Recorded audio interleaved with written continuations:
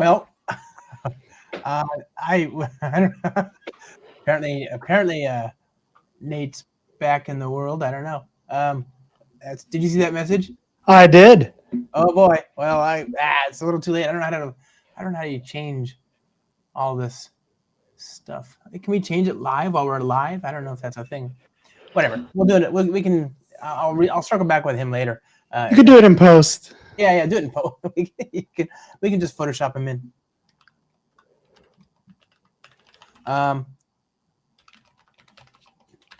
Let's see. Okay. So anyway, look, I'm really excited. I was hoping to have you both, and what happened was, I guess, I guess some of the country is under storm, and we are getting lots of snow in the Midwest. So I was talking to Deshaun yesterday on office hours, and I'm like, "Why are your kids home?" And they're like, "Oh, we had a snowstorm." And my immediate thought was, "Oh no, that's coming my way." And sure enough, we got dumped on this morning, and my kids don't have school today. So, oh no, yeah. And meanwhile, I'm over here doing my level head best to survive. The balmy 60-something degree weather. It's so tough. It is. Don't cry for me, Argentina. No, I'm sorry. Anyway, I'm glad you're free, but actually, your being free came at it's only because you're deathly sick and not deathly, but not doing well, grievously ill. Anyway, so thanks for joining. I really appreciate it. You are no problem. You are my friend, the legend, the and teammate, and the wonderful Dan Vega. I am. Yeah, my name is Dan Vega. I am a Spring developer advocate, like you, sir. We are on the same team. We have a wonderful leader named Tasha. Deshaun is on our team. Cora is on our team. Kote is on our team. Just a wonderful team. And what I love about our team is that everybody kind of has their own like specialties and things that they're good at. So it's tough if you get like 10 of the same people that do the exact same thing. It doesn't work. So I think we all have our strengths, and I think that works out well. So, yeah, I've been a developer-ish for almost 24 years, probably. I hate saying that. That makes me feel really old. But I am doing what I love now. I mean, being a Spring developer advocate, I was long a Java advocate and Spring advocate before someone was paying me to do so. So I love what I get to do every day. So I love happy to be here. Well, glad to have you. And the prompt for this discussion, not that we need it, but the prompt for this one, your book's out. You are one of two people, authors on a book. Yes. Software fundamental. What is it? Fundamentals of Software Engineering. Yes. Right. Yep. Published by the great O'Reilly. I've had some offers for writing a book in the past, but I've just been a huge fan of O'Reilly forever. Mm-hmm. And I was like, I gotta wait until I could figure something out with O'Reilly. And then funny enough, around this time of year, New Year's starts and you start setting some goals, like what do I want to do for the new year? Right. I tweeted something out one day and I said, here are some goals that I'd like to achieve one day. And one of those was write a book. And our good friend Nate Shooter replied to that tweet and said, you want to write a book? I think I can make that happen. Oh, yeah. And so the rest is history. That was a while ago, but I love that. That was last year, huh? I think so. Yeah. I think it was like December, like 1 year ago, maybe. I'd have to look because I feel like I've been working on this forever. The books just are, every time I've written one, I say I'm never ever doing that again. But there's something about it. Get back into it. Nate had a really good conversation around this. He was like, I'm telling you, he's like, it's a lot like having children. You have a child and you swear you'll never do it again. And then here you are with X amount of kids, right? Right. and it's all, you're glad for everyone, but boy, yes. It's a lot of work. They are a lot of work, both books and kids. Yeah. I just realized I don't have lights. It's a professional setup here. I love it. Sure, surely. Hold on, let me see. No, I mean, so congratulations on the book. Thanks. Why that? It's a really good book. It's general purpose. I got to leaf through some of it. It is, as is on the tin, as it says on the tin, a book about fundamentals. Yeah, I think there was, Nate kind of identified a pretty big gap out there. There's all these books that go in depth on everything, right? Like if you want to learn about databases or testing, you can find books about these, right? Mm-hmm. But there was like this gap between what you learn in education. This could be a 4-year school, this could be a boot camp, this could be self-taught, and what you need in that first role or that second role, right? So we kind of tried to bridge that gap and said, like, let's take all of our experience together and kind of fill in those gaps and say, like, hey, I'm at my first job and I need to understand a little bit more about like testing. We'll talk through it at a high level, but we don't go in depth into everything. So really, it's just like, here's an overview of things you need to know on the job. Right. And we'll give you some resources if you want to dive further into this particular topic. Oh, okay. Can you give me without giving away the contents naturally, because people should go get the book. And it's wherever fine books are sold, right? So Amazon and your local bookstore. It actually, so you can get it on the O'Reilly platform now. The final version is there. Mm-hmm. And it's available for pre-order on Amazon. It'll be able to start shipping next Tuesday, December 9th. So just in time for Christmas. Great stock. Just in time for Christmas, yes. Or Hanukkah or Kwanzaa or and it's not too heavy. So if like you need to kill some insects in your house, that'll work too. A new one. I haven't even thought about that. Usually you hear about the table prop, but no, that's great. Yeah. No, that's good. So, by the way, that's a great point. Like the idea that you've got a breadth first, not a depth first. Right. That's a great. I mean, you don't know what you don't know, especially if you're a debutant, a novice. Yeah. Whatever. We say that a lot. You don't know what you don't know, right? And like I just remember, and I don't want to like pigeon this book into like you got to be in the first 2 years, because I think there's a bunch of nuggets for anyone. Sure. But like I don't know about you, but I had a lot of anxiety on my first few roles of like, oh my gosh, like I want to be helpful, but I don't know everything. And all these other people who I work with know everything. Sure. And like you come to find out they don't know everything. They just have a little bit more experience, right? And so we're trying to like, especially in that context. And we're just trying to like bridge that gap, maybe give you a little bit more confidence on the job. Right. And so the worst feeling is when somebody mentions something that you've just never even heard of. Like it's a domain, it's a type of, like if somebody said to me, like imagine if I didn't know what artificial intelligence was. I mean, it's ridiculous. You wouldn't today, but if 10 years ago, somebody said, hey, we should look at this AI solution. I'm like, well, I don't even know. Like 10 years ago, I wouldn't even know where to look. Right. I don't know what that is. And I know, like I've seen the sci-fi movies, but I don't have a background in artificial intelligence. So I wouldn't even know what the state of the art is, I think our industry does that a lot, right? There's a lot of terms out there that seem very scary, but they're not. Yeah. Like you hear batch processing and you're like, oh my gosh, I got to learn that. Like it's not anything special, right? Nothing special. Yeah. So that's great. So what is this? Does this book then just introduce a lot of different, topics or? It's got, I think, so we've broken it up into kind of 4 sections, if you will. 1 is core skills, 2 is application development, 3 is technical practices, and 4th is professional development. So core skills, we talk a lot about reading and writing code, which, if you go through any kind of education, you learn how to write code. Hey, I got to solve this problem, I'm going to write code. As developers, though, we spend 10 times more time reading code than we do writing code. And so there are a lot of fundamentals that you can gain out of like learning how to read code properly, right? Another thing we go into as far as reading code is like working with existing code. A bunch of tips on like, hey, you're thrown into a code base that you don't know about.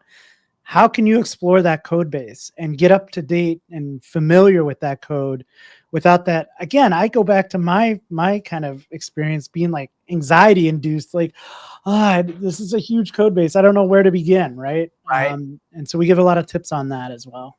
So it's not really the programming It's more about the ambient stuff, right? The ever important, like, I don't know.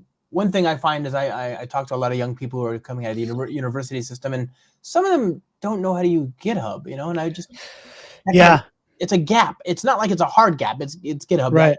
If a university had to prioritize, they've got 10 topics they need to teach people. I absolutely agree. GitHub should be like 8 or 9 on that list. It shouldn't be. You've got so many more things to teach people that are important, but nonetheless, it's and it does depend like what your education is through, right? If you go to a 4-year technical school or university, right? Like you're probably learning more about algorithms and data structures. I worked at a boot camp for a couple of years where first week we taught them Git and command line. I think those are like fundamental skills that you need to learn, right? Yeah. So really, and if you're self-taught, you probably just go through a bunch of tutorials and documentation and try to learn on your own. So yeah, it depends on like how you got that education. And like I said, there are kind of gaps to fill there as to like being productive on the job.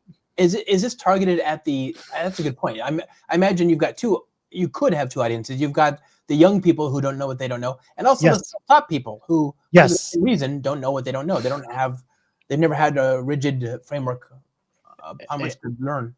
Exactly. And usually you're like, if you're in university and then maybe on your first job, you have a very narrow set of like tools and kind of frameworks that you've been kind of shown, right? Right. So this is just kind of, as you said, you don't know what you don't know, trying to open your mind to like everything that you might come across without getting exhaustive about everything, because that would be an encyclopedia of books. You could have named the book "You Don't Know What You Don't Know." Okay. Yeah, that seems like a good one now. Now, I mean, yours is more apt. I like yours, obviously. I was just thinking. So that's so cool. So okay, what are you said I'm sorry, I'm so excited about the possibilities. No. 4. Yeah, so core skills, we started there, reading and writing code, and from programmer to engineer, we kind of talk about the gaps that we're trying to fill. Can you see Marit's talk on that? She's got a great talk on reading code. I don't think I have. I'll have to watch that. Well, but yeah, it's successful, and all that. The only reason I bring up that is because what you were talking about is clearly there's a gap. There's a need for that even among professionals. Yeah. So because her talk very, very good, and people like it a lot. So it is an important skill. So that reading code and kind of working with existing code, like how to like navigate a code base that you don't know. And I think one thing we did really well at this book is we worked in like little AI nuggets here and there. There's a whole chapter on AI, but there's little nuggets here and there. So for like reading code, I love AI for like reading code. Like drop me into a code base. Tell me what the heck this project is, what it does, fundamentally, like what is it trying to accomplish? Yeah. And help me identify like the entry points into this application.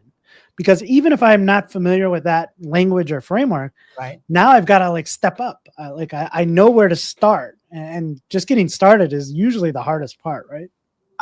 Make it wiggle, right? Like I couldn't agree more. That's okay. So navigating and reading code, super important, especially. I mean, this is the thing most people don't appreciate is all these boot camps are all about starting a new project and being productive. But that's not what this is. You have to be. You know how rare it is for a company to give a young. It's so rare for a company to give a young person and say, "Here, we're trusting you to build this thing from scratch." By the time young people have gotten onto a code base, they'll have been asked to help assist with something that's already ongoing. And I wrote about that in the working with existing code chapter. It was like, we all love greenfield projects and the idea of like selecting whatever tech we can. But when you get into the enterprise, that's not the case. Like, almost never. We're working with existing code. So how do you kind of navigate that landscape? We should have you back on this whole channel. And we can do like a whole discussion of that in depth, because that I think is super useful. Okay, so navigating and using AI, that's a great insight there. Is that all of the sections? Well, there was core skills, technical practices. We did a section on automated testing and why that's important. Software modeling. Nate did a great job with that chapter. Like UML and swim lanes and diagrams, like trying to understand like what things you can kind of like map out. So that those kind of things. And then we got into application development. So user interface design, Nice. data management, software architecture, which Nate is a guru on. Sure. And your favorite thing, to production. Yes. How do you get to production? Yes. Because, and looking back on this now, like that is so important, because we're doing a lot of people are vibe coding these days, right? And like, I have this thing, how do I get it into production? Please, young people, please learn a little bit before you vibe code. Don't absolutely don't vibe code and drive. Well, and it's funny that so the idea behind, again, the book was kind of bridging this gap, and O'Reilly has a whole series on fundamentals, like fundamentals of architecture, fundamentals of engineering. Like there's a whole line of these books. But Nate and I have started giving talks and workshops around this book called The Fundamentals of Software Engineering in the Age of AI. Ooh. Because most people are out there clamoring. Well, when I say most people, it's not engineers, it's non-engineers saying this, that the fundamentals of software engineering no longer matter. And I'm taking the complete opposite stance on that. Like, they matter more than ever. And like you said, Git, it's so fundamental to everything that we do. Yeah. And I always see these like screenshots out there. Like, I vibe coded this app for 4 weeks and lost everything. It's like, well, you didn't understand that. Like the starting point is to track version history and like have source code control, right? Right. If you don't have that, what do you have? I wouldn't even. And right. And by the way, I wish you could. I'm sure you did, but there is a. Do you have anxiety when you start code and you don't have it in Git? Like, I feel anxious. That's how important it is. And I remember early on in my career, I was like, oh, I would actually give this advice too. I'd be like, oh, if you're just starting like a solo project and it's just you don't need no Git source code control. Yeah. I didn't know any better. And so now I'm telling you, like, I don't care if you plan on writing a landing page with some HTML, put it in a Git. Like, right. You need it. It's like operating without a net, and it's just, why? That's how important it is. If you start using it, eventually you'll feel like us too. Slightly more experienced people, and you'll start to realize, oh, actually, no, that's it's like having a door on your car. It just seems obvious when you think about it. It's that safety net. We need that. So it's not just a good idea. It's actually anxiety inducing. That's how important it is to your workflow. Yep. Okay, that's amazing. I mean, that's okay. So Git, you do have a discussion of Git and source code control.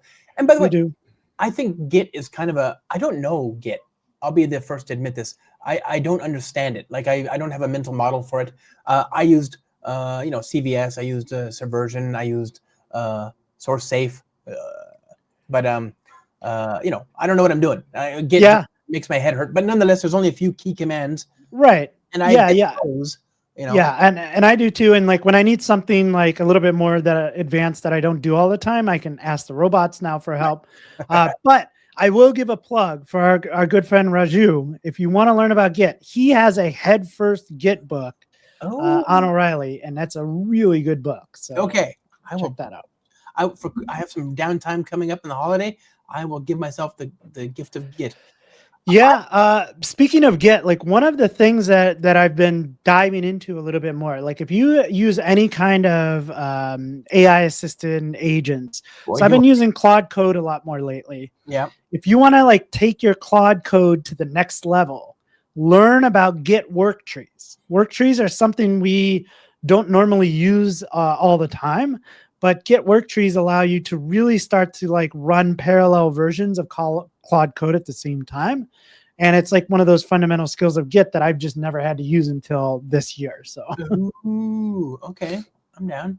Okay, so see, that's kind of like really interesting stuff. And that's like you just said, that's a new thing that is a fundamental today that wasn't even 2 years ago. Like, I mean, people used it all the time. I just never had a use for it. So, I mean, I don't know I don't know. I still don't know what it is, but hey, what do I know?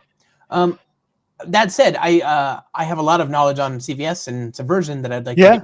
So if somebody wants to trade, I'll give you my knowledge on that, and you can give me your knowledge on the good stuff.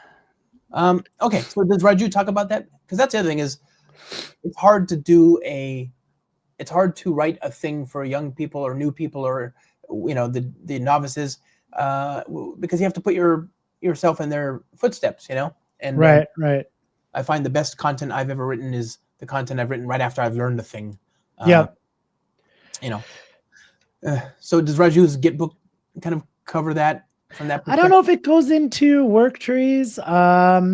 It is a head first book. I don't know if you've ever read one of the head first books. I remember the Java ones back in the day. They're really nice because they have like all these illustrations and like these easy to like learn concepts, and it's a lot of fun. So I don't know if work trees are in there, but I'll have to take a look at it. Okay, well that's cool as heck. That's awesome.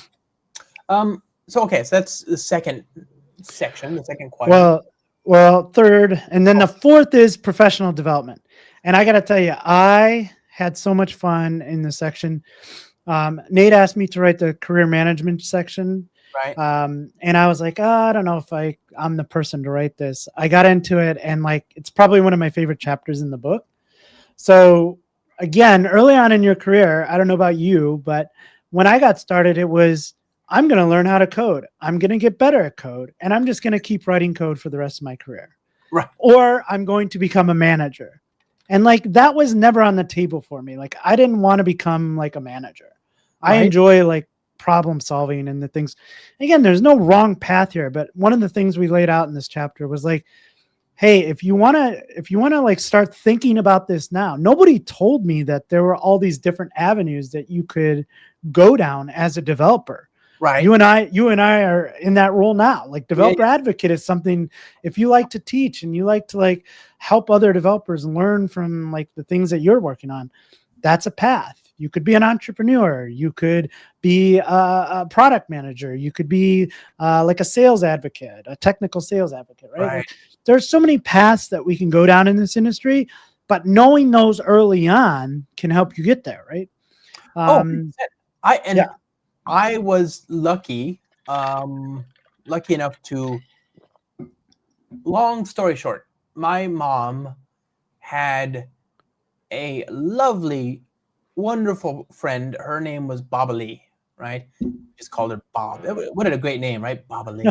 And Baba Lee worked as a technical documentation writer in the 80s, right? Like, so she was, you've got to know your stuff, She was super smart. She could have, just like I said, I think testing, people who do tests, that's not easier than regular software engineering. That's hard. You have to do all of software engineering and then find out how to break it. It's a level above. Same thing for documentation. You need to understand the ins and outs of that code base better than the people who wrote it, And so she was like a brilliant, but she wasn't writing code.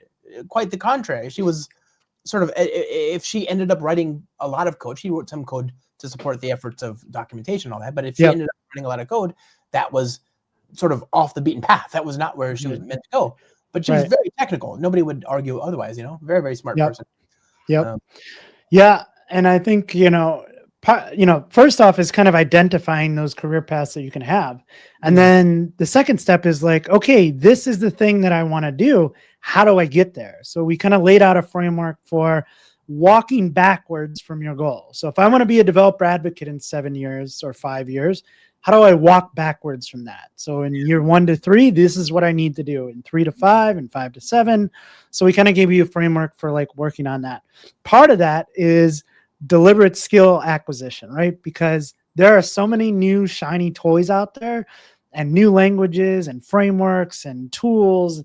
And like, you got to say, all right, I'm on this path. This is what I need to learn. I can't let all of these things distract me. Because if you do, you'll never get to where you want to get.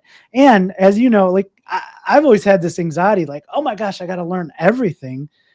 As soon as you can come to grips with the fact that you are not going to learn everything and be okay with that, it's much easier. First good night of sleep you're going to have in your life is when you realize that. Yeah. And that's okay, by the way. Like, we have the robots, like you said. That's a good point too. Is there any discussion on the weight you should invest? Like you just brought that up. You just said exactly what I'm thinking, which is that you can't learn everything. But do you talk about sort of where you should allocate your investments, or what things are more important than others, if that's such a thing? Yeah, so part of that chapter, Nate works for ThoughtWorks now. So we brought up the ThoughtWorks technology radar, right? Right? Like you got to be very deliberate with this. The what? The one and only. Oh yeah, love that. And so yeah, so if you want to be like an architect in 5 years, and you walk backwards from this, what are the things that you need to know? So we kind of lay that out and say, like, in years 1 to 3, you're building a foundation, you're learning the fundamentals. Talk to someone in your organization or another organization who is an architect and is in a position where you want to be. How did they get to that point? And get some tips from that. And then, yeah, you got to be very deliberate with what you're learning. Like, yes, this new AI tool might seem really cool, but if it's not going to help you towards your goal of being a senior technical architect, then push it off to the side for now and come back to it later. Oh, focus on a particular outcome. Yep. Do you have a discussion around architecture? I know you said, Nate, and you put together a chapter on modeling and software modeling, but is there an actual discussion of architecture as a? There is a chapter on architecture, which Nate wrote, and really went into it and kind of gave you an overview. And again, there are whole books written on architecture. We give a bunch of resources to dive into that further. But if I'm someone who's kind of new to this world, and I start seeing things like terms like microservices and monolith and modular monolith, like, what are all of these things? Just give me a high level overview. And that microservice thing, we do that. I just didn't know it had a name, right? Right. Oh, that's amazing. The architecture is one of those things where if you're just learning to program and all you know is to write code, it feels very weird to step back and slow that process down. Yeah. But again, as you get older, you start to appreciate, okay, that upfront design, that big upfront design that felt so weird and anathema to what I was doing when I was young. Oh my goodness, it just pays dividends. And and part of, I've often got asked over the years, like, what makes a senior developer versus like a junior developer? And for me, it's always just been experience. And I don't put a number on that, because some people gain more experience in 1 year at a job than others do in 3 to 5 years at a job. Right. And it's just the mental, like, being able to see these things over and over again and see different problems and see solutions to them. And like you said, architecture is one of those things. We have all these terms that seem like very anxiety inducing, but like at the end of the day, like, they're just a term that covers this pattern. And once you see that pattern over and over again, it's no longer scary, right? Right. I gotta read this book. I got this book and the Raju, I think you said it was the Head First Git. Yeah. Okay. This book, definitely a good one. This book is, like I said, I think it sounds too good to be true. It used to be, by the way, people don't realize it used to be that this was the only kind of book you'd find, and we were starving for like consequential, important discussions on the specifics of a particular technology. And now I think that pendulum has swung too far in the other direction. And and now, like you say, there's a desert for foundational stuff, and especially now, especially with the world of AI, you couldn't be more especially now. And I think, at least from my perspective, like, there will be some people that pick this book up and read it front to back, and that's fine. But they're also like, hey, I want to pick up some tips on career development. Let me just go in and read that chapter first. And so that's true. You can certainly just take a chapter at a time based on where you're currently at. So this is your first book? This is my first book. Yeah. Did you like it? Did you like the process? I loved it. I'm glad I got to do it with Nate, because he really helped me out a lot. Right. Writing is fun to me. Yeah. Especially like writing on my own. So if I write a blog post, it's fun. I get to like just share my thoughts with the world. Sure. Writing a book is a lot more challenging, as you know, because I would have to run things by Nate. Nate would review my chapter, and then an editor would.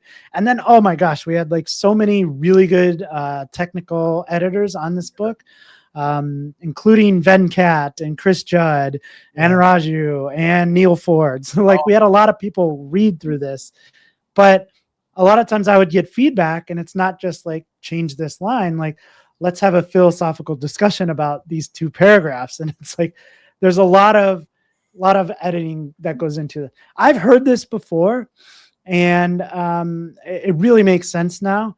But if you want to be, most good, I don't know, maybe like the actual like J.K. Rowling's of the world are different, but like when it comes to like writing technical books, I believe that like you don't have to be a great writer, you have to be a great editor. Like just dump your thoughts down and then be able to like distill those into something that like makes sense, right? Right. Yeah.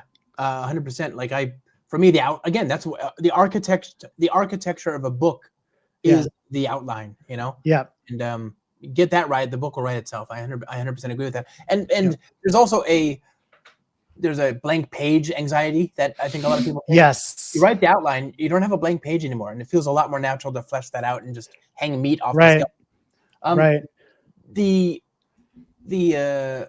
process for me was about finding my story in the outline, and then writing it out, and then like I said, the editing. Oh my goodness, if you can edit it, and that'll take 80%. I think just like the long tail maintenance of software is the maintenance of it, you know.